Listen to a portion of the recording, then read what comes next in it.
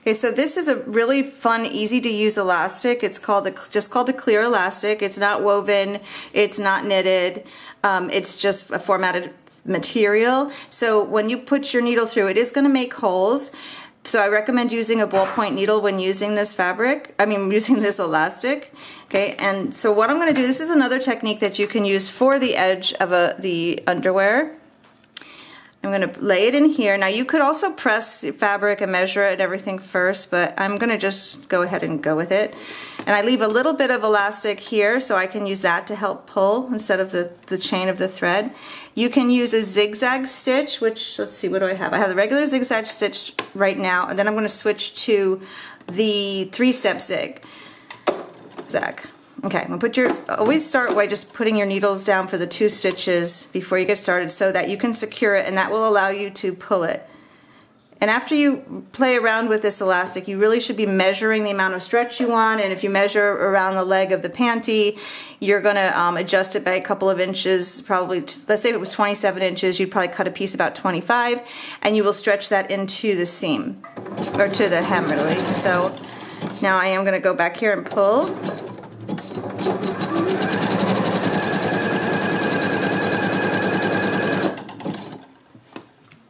And when you're doing the edge of a panty, you're not really supposed to do like a lot of gathering, right? We're not doing like pantaloons or something. So it should be just a light stretch, but I'm trying to show you how much you can actually stretch with this. Okay. I'm going to stop here and then I'm going to do the other stitch to show you. So this is how it would look. And the really nice thing with this clear elastic is it's not bulky. As you can see, it's so thin. It's not adding a big ridge of elastic. Then I would come back and always just trim away this extra with the little scissor. So I'm going to switch my machine now to the 3-step zigzag. And I'm going to make it a little bit larger of a stitch so you can see it a little bit better. Again, you have to always play with how you want. And I think I'll like really stretch this so you can see the effect that you can have if you were putting it somewhere else, like on a waist or something.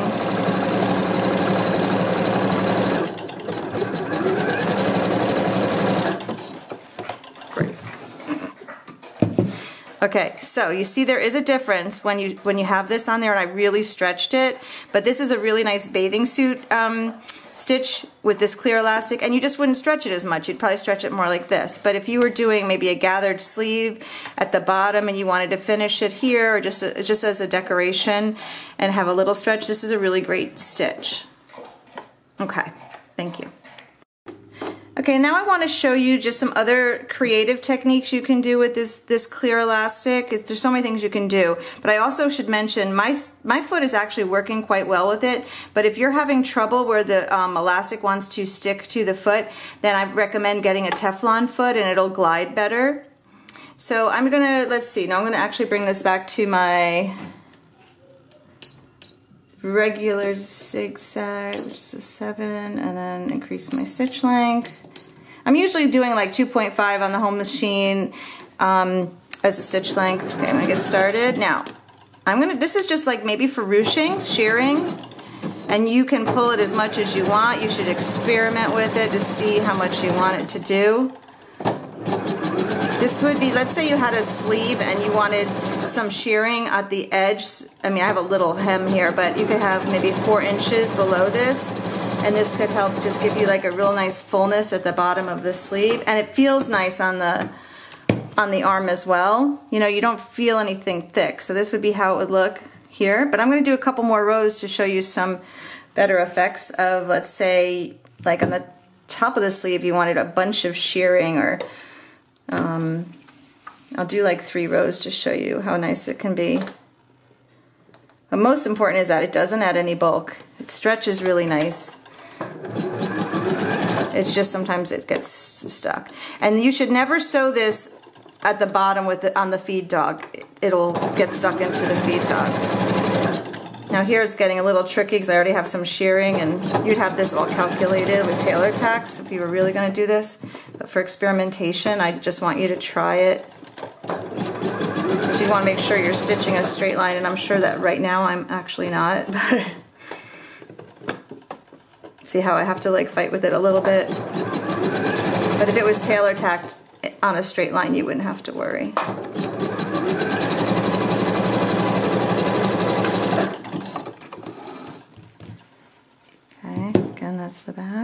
You see? So you can just kind of start to imagine like what you could do for the cuffs of a sleeve, around the bottom of a pant leg. You could do this whole thing like this and then just start really like making some fabric manipulations with it. You could sew it in circles. In fact, I'll do a little quick circle if I can without marking it. I'll do the best I can. Or maybe, let me see, I'm not so sure I can do that. I'll try. You can also use the 3-step zigzag. Okay, I'm going to start the circle again. It's going to be really, maybe I'll just do like an odd shape, not even a circle, because I'd have to really get this tailor tacked for you.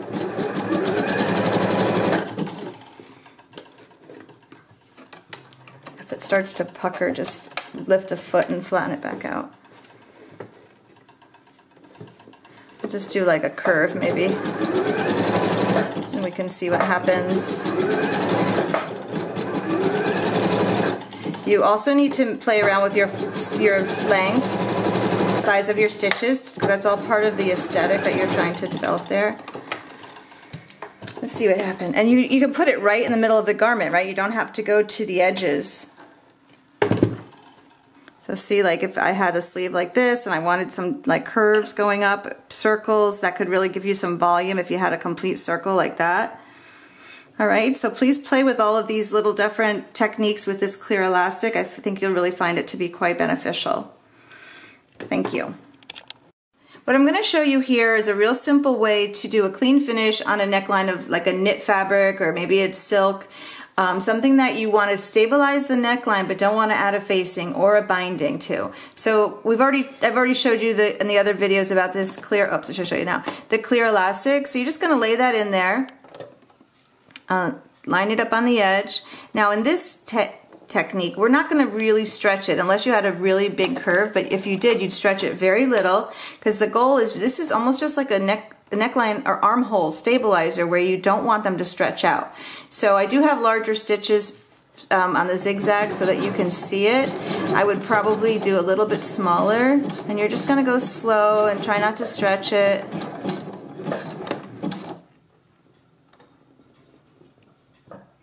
My fabric is cut a little uneven there, so ignore that. This is just a scrap. Okay, and I did cut a little curve here so we could see how it looks when it's done.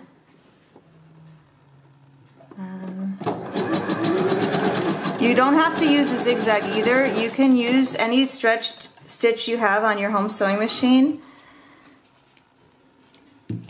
So see how nice and flat, and even if you just use a chain stitch here, you can see that it stabilizes the neckline, but it doesn't, you don't have to put a binding or anything thick on there. So if you did use, like on my machine, the lightning bolt stitch, which almost looks straight, or you can use the straight stitch with your woolly nylon on the back, and it'll be just a regular top stitch.